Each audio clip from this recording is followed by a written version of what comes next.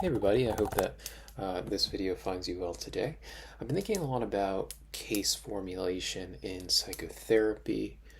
In about 7 months, I'm going to be sitting for my board exam to be a nurse practitioner in psychiatry, and I'm finishing my first half of didactic training in psychoanalytic studies. So I'm thinking a lot about okay, I'm getting really, really ready to actually try to start seeing patients as a licensed professional, and building a practice and a reputation and things. And I want to get very clear about kind of what I believe, what I think, my approach to things. And I've found that as I explore the different psychoanalytic theories and things, that there are certain you could say primary um, base, universal, you could say, truths about the psychotherapeutic process that actually brings about meaningful change in people's lives. And what they found is that really psychotherapy done well has a lot to do with what's called rapport. And rapport, interestingly, is built, you could say, but people tend to be more or less capable of building rapport.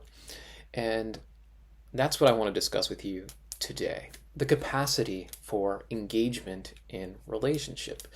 So, when I'm thinking about helping another person, I'm asking myself, is the capacity there or not? And if it is there, what are the barriers to that? And the first step there is attachment.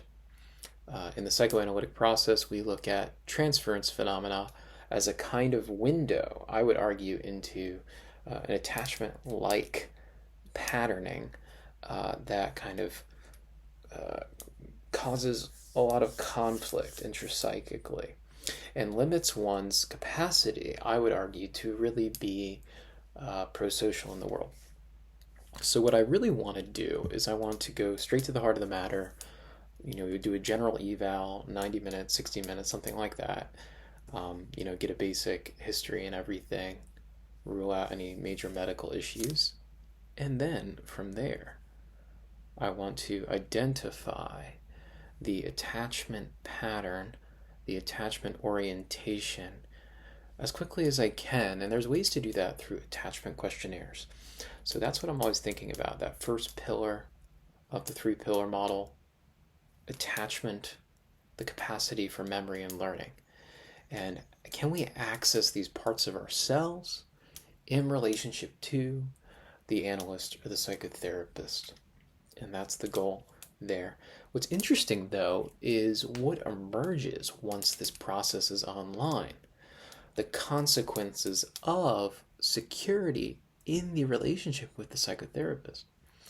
As we develop a secure relationship, we become more aware of our own selves, the things that make us kind of unique and special, our capacity for being good and being bad. I would argue, a very real felt sense of what might be considered the individual conscience, values, things like that.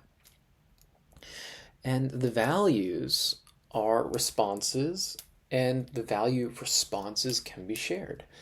And what excites me is that we can build the capacity through good therapy to become aware of these response patterns. And then outside of the consulting room, we start to live differently. The question is, obviously, as we start to live differently, what emerges, and we bring that back to the psychotherapy. So as we have the value responses, we have to say, well, what do I do with these value responses? And this is the element that I've been thinking about today. What do we do? Well, the reality is we don't technically have to do something in this planned, thought out way. We just have to have the capacity to pay attention, really, to the value responses. And once we have the capacity to pay attention, my basic hypothesis is that if attachment's good or good enough, the relationship's good enough, there's a spontaneous path forward to meaningful action. So we don't have to be, focusing on improvement and behavioral change and those things. We don't have to go too much in that direction. That actually might represent a certain kind of psychic organization. So that would be more contingent upon a certain organization. I think in the modern world, we're always thinking about utility, control of the external environment, and it's just not the path forward for everybody. I think it can be very damaging in fact, to speak that way to certain individuals. But what we want to do is ground values through behaviors. But the secret here is grounding it in meaning and prosociality. Now, the ways that that shows up are in many different ways. But what happens, what emerges, is culture. And we have healthy culture and we have unhealthy culture. And my basic understanding is healthy culture grounds the value responses through prosocial, meaningful engagement. That's a big holistic picture about what I want to do.